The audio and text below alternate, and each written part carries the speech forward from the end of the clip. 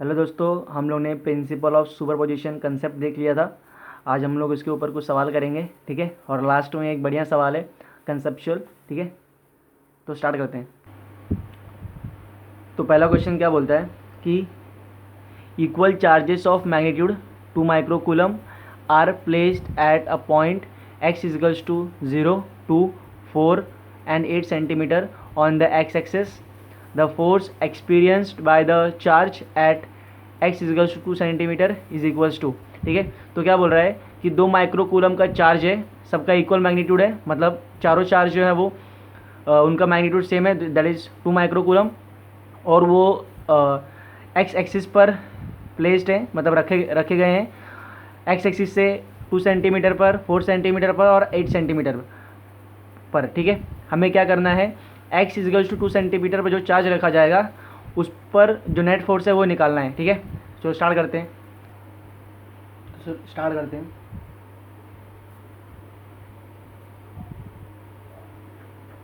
ठीक है। तो जैसा पहले क्वेश्चन में बोला, सबसे पहले हम लोग डायग्राम बनाएंगे। क्या बोल रहा है कि इक्वल चार्जेस हैं, सारे के सारे इक्वल चार्जेस हैं, ये ध्यान में रखना है हम लोग को, ठीक है। इक्वल चार्जेस हैं और सारे के सारे चार्जेस का जो मैग्नीट्यूड है वो सेम है, ठीक है।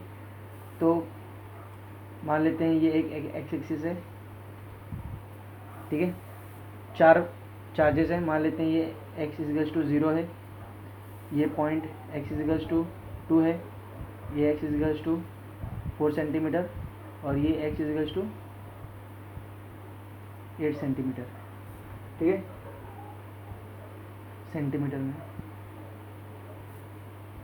ठीक है।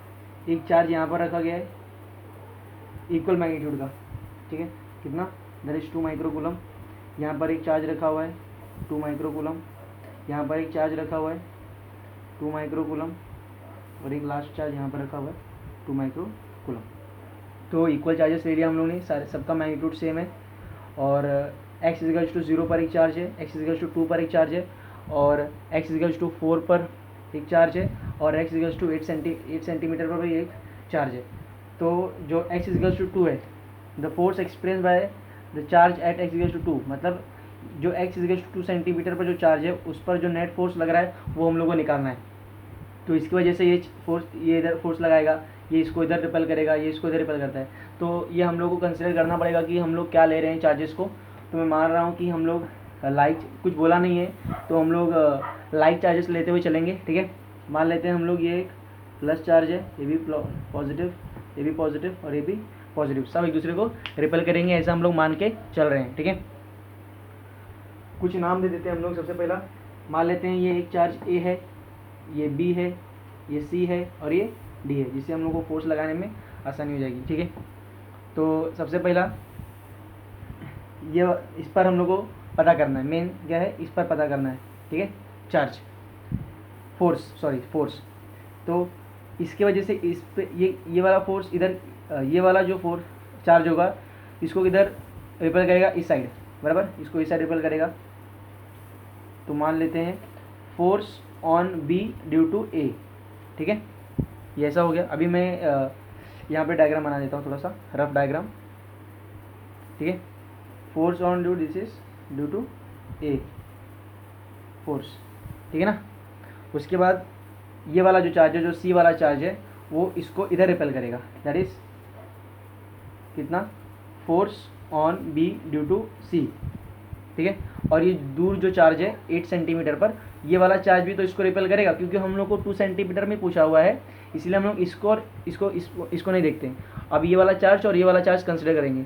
तो ये दोनों चार्जेस में ये वाला चार्ज इसको इधर रिपेल करेगा, इस साइड रिपेल करेगा। तो यहाँ पर एक और फोर्स आएगा, that is force on B due to D, ठीक है। तो इसकी वजह से इधर फोर्स लगा, इसकी वजह से भी इधर फोर्स लगा और ये वाला चार्ज इसको इस साइड फोर्स लगा रहा है, ठीक है। हम लोग ने पिछले क्लास में फोर्स का फॉर्मूला भी देखा हुआ है, force which is equals to K Q1 Q2 upon distance का स्क्वायर, ठीक है ना, कूलम फोर्स। ये हमारा मेन फॉर्मूला है जिससे हम लोग सवाल को करेंगे, ठीक है।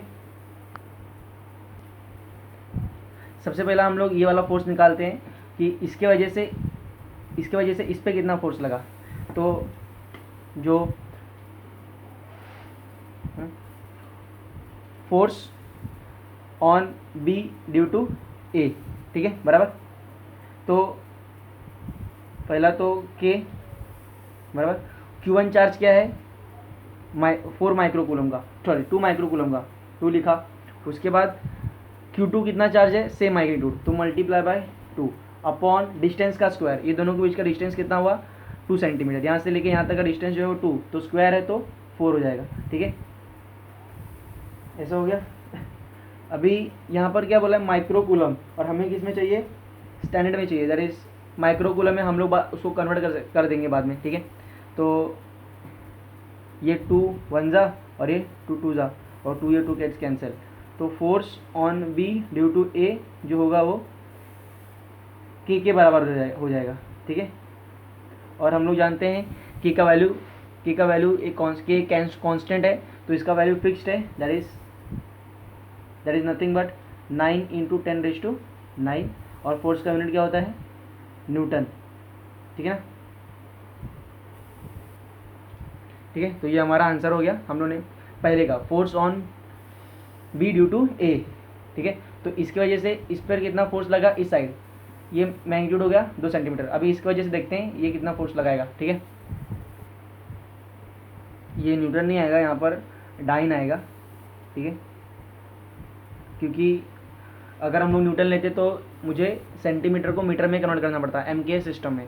हम लोगों ने डाइन लिया है क्योंकि सेंटीमीटर है, ठीक है, इसलिए हम लोगों ने डाइन लिया है, तो फोर्स ऑन भी इतना आ गया। बाजू में ही निकालते हैं एक और फोर्स को, ठीक है। तो इसके वजह से इस पर कितना फोर्स लगेगा, तो ये वाला इसको इधर रिपेल करेगा, तो force on B due to C which is nothing but same K. Q1 charge कितना है दोनों का सेम है, दैट इज 2 इंटू 2, मैग्नीट्यूड तो सेम है इसीलिए, और डिवाइड डिस्टेंस। अभी जो डिस्टेंस है ये और ये चार्ज के बीच का डिस्टेंस, तो यहाँ पर 4 है ये 2 है, तो 4 माइनस 2 2, ठीक है ना, तो 2 2 जा 4, तो अभी भी मैग्नीट्यूड कितना आ गया same, that is nothing but 9 into 10⁻⁹, ठीक है 9, ठीक है इतना आ गया। अभी हम लोगों को क्या निकालना है ये वाला फोर्स, इसकी वजह से कितना फोर्स लगेगा, मतलब ये वाला इस पर कितना लगाएगा फोर्स, तो वो हो जाएगा force on B due to C sorry due to D which is nothing but K, magnitude तो सेम है अभी भी, अपॉन आर का स्क्वायर। अभी इधर वाला और इधर वाले का डिस्टेंस देखते हैं, ये 2 है और ये 8 है, तो 8 माइनस 2 कितना हो गया 6, 6 का स्क्वायर 36, तो 2 4 हो गया, 4 9 36, तो force on B due to D that is nothing but K का वैल्यू सब्स्टिट्यूट कर देते हैं, 9 इंटू 10⁻⁹ हो जाएगा, और अपॉन 9, तो 9 और 9 कैंसिल हो जाएगा, कितना बचेगा force on B due to D that is nothing but 10⁻⁹, ठीक है। ये हमारा आंसर आ गया, ये 10⁻⁹ है, हाँ 10⁻⁹ है, ठीक है।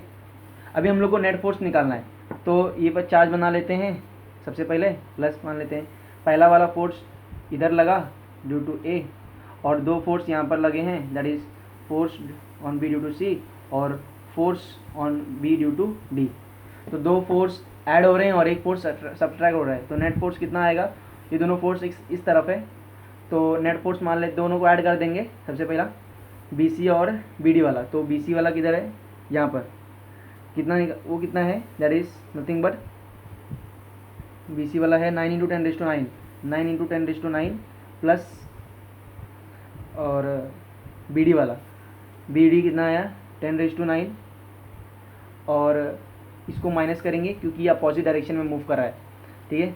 तो force on B due to A कितना आया था 9 इंटू 10⁻⁹, 9 इंटू 10⁻⁹ आ गया, ठीक है।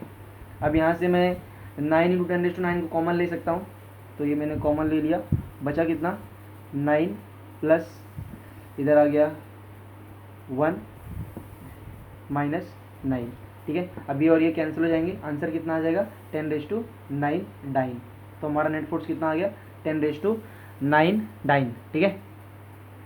नेक्स्ट सवाल की ओर चलते हैं। हमारा नेक्स्ट सवाल क्या बोलता है, 3 identical charges are placed at the vertices of equilateral triangle, तो एक इक्विलैटरल ट्राइंगल है, सवाल को पढ़ते पढ़ते हम लोग डायग्राम भी ड्रॉ करते चलते हैं। ये मान लेते हैं इक्विलैटरल ट्राइंगल है, इक्विलैटरल ट्राइंगल की प्रॉपर्टी क्या है, हर एक एंगल जो है वो 60 डिग्री है, ठीक है 60 डिग्री, और साइड भी सबके सेम होंगे। तो मान लेते हैं ये R डिस्टेंस है, ये भी R है और ये भी आ रहे हैं। क्या बोला है, 3 आइडेंटिकल चार्ज है, मतलब सब चार्जेस सेम है और उनको वर्टाइसेस पर रखा गया है। ये ट्रायंगल के वर्टाइसेस होते हैं, ठीक है। तो यहाँ पर एक चार्ज रखा हुआ है, यहाँ पर एक चार्ज रखा हुआ है और यहाँ पर एक चार्ज रखा हुआ है, ठीक है। मान लेता हूँ मैं एक चार्ज यहाँ पर क्यू रखा हुआ है, यहाँ पर भी क्यू रखा हुआ है और यहाँ पर भी क्यू रखा हुआ है, क्योंकि इक्वल मैग्नीट्यूड है सबका, ठीक है। तो क्या बोल रहा है, the force experience by each charge, तो हर एक the force experienced by each charge, हर एक चार्ज कितना फोर्स एक्सपीरियंस करेगा, ठीक है। तो हम लोग एक चार्ज पर निकाल लेते हैं जी, एक चार्ज पर निकाल लेंगे और वही सबका होगा, क्योंकि सब चार्ज सेम है, सेम मैग्नीट्यूड के हैं, इक्वल ट्रायंगल है, ठीक है। तो एक को एक निकाल लेते हैं, वही सबका होगा, ठीक है, क्योंकि हम लोग को हर एक पर कितना फोर्स लग रहा है वो निकालना है, क्योंकि सबका सेम है, इक्विलेटरल ट्रायंगल है, मैग्नीट्यूड भी चार्ज का सेम है, इसीलिए जो एक पर फोर्स लगेगा वही सब पर फोर्स लगेगा, ठीक है।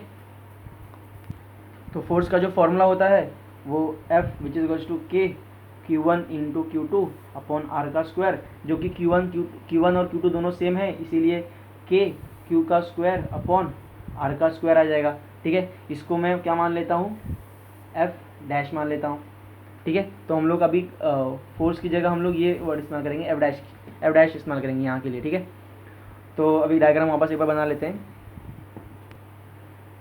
तो देखते हैं, ये वाला चार्ज इसको इधर रिपेल करेगा, यहाँ पर फोर्स लगेगा, क्योंकि हर जगह फोर्स सेम रहेगा, इसलिए ये भी F डैश होगा। ये वाला चार्ज इसको इधर रिपेल करेगा, दैट इज F डैश, ठीक है।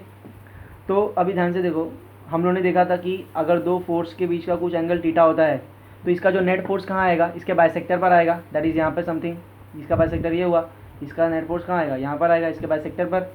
और हम लोगों ने ऐसा फोर्स निकालने के लिए सीखा हुआ है, जो नेट फोर्स आएगा अगर दो फोर्स है जिसका मैग्नीट्यूड सेम है, उनके बीच का एंगल अगर थीटा है तो नेट फोर्स कितना हो जाता है, that is nothing but 2F cos theta by 2, बराबर। ये हम लोगों ने पिछले क्लास में देखा हुआ है, ठीक है। तो अभी यहाँ पर एंगल कितना आ रहा है, अगर ये 60 डिग्री है तो ये भी 60 डिग्री होगा, क्योंकि इक्वल एंड अपोजिट, ठीक है ना। तो कितना हो गया, 2F cos थीटा, थीटा कितना हो गया 60 से 2 डिवाइड करेंगे तो 30, cos 30 कितना हो गया, cos 30 होता है √3/2, तो ये 2 से 2 कैंसिल हो जाएगा, आंसर आ जाएगा √3F। बस अब F की जगह वैल्यू सब्स्टिट्यूट कर देंगे, जो कि हमारा ये है value, that is nothing but √3 कितना आ गया, that is nothing but K Q का स्क्वायर अपॉन R का स्क्वायर, ये हमारा आंसर आ गया, ठीक है। कितना मतलब इजी है सवाल, ज़्यादा उतना कठिन आता नहीं है, ऐसे ही निकालने के लिए बोलते हैं, ठीक है। प्रिंसिपल ऑफ सुपरपोजिशन पर आज का आखिरी सवाल, मतलब ये मज़ेदार वाला सवाल है। मान लेते हैं क्या बोला है, so bubble is given negative charge. मान लेते हैं एक साबुन है, साबुन का जो बबल होता है उस पर मैंने नेगेटिव चार्ज दे दिया, तो मैंने मान लेते हैं ये साबुन है, ठीक है। अभी मैंने क्या किया, इस पर नेगेटिव चार्ज दे दिया, नेगेटिव चार्ज दे दिया, छोड़िए इधर बनाते हैं, नेगेटिव चार्ज दे दिया, अरे यार, ठीक है। ये बनाया मैंने, मान लेते हैं ऐसा बबल है, इस पर मैंने नेगेटिव चार्ज दे दिया। अब क्या होगा, क्या ये इंक्रीज़ करेगा कि डिक्रीज़ करेगा, इसका जो रेडियस है, इसका रेडियस क्या करेगा, इंक्रीज़ करेगा, डिक्रीज़ करेगा कि अनचेंज रहेगा कि फ्लक्चुएट करेगा, ठीक है। अभी मैंने क्या किया, एक सोप बबल था, इरेगुलर सोप बबल मान लेते हैं, उस पर मैंने नेगेटिव चार्ज दे दिया। अब क्या होगा, अगर मैंने पूरे सोप बबल पर नेगेटिव चार्ज दे दिया है, तो नेगेटिव चार्ज, अगर पूरे सोप बबल पर नेगेटिव चार्ज होंगे तो इसका मतलब क्या है, सेम चार्ज होगा, और सेम चार्जेस क्या करते हैं, रिपेल करते हैं एक दूसरे को, तो ये इससे रिपेल करेगा, तो रिपेल करते करते क्या होगा, हाँ, जो इस तरीके से कुछ बन जाएगा, नेगेटिव चार्ज की वजह से क्या होगा, रिपल्शन मैक्सिमम होगा, और हर जगह रिपल्शन मैक्सिमम होने की वजह से जो हमारा बबल होगा वो कैसा दिखाई देगा, एक स्फेरिकल दिखाई देगा, ठीक है। ज़रूरी नहीं है कि मैंने नेगेटिव चार्ज दिया तो बबल में, अगर मैं बबल पर पॉजिटिव चार्ज देता तो भी सेम कंडीशन बनता, ठीक है।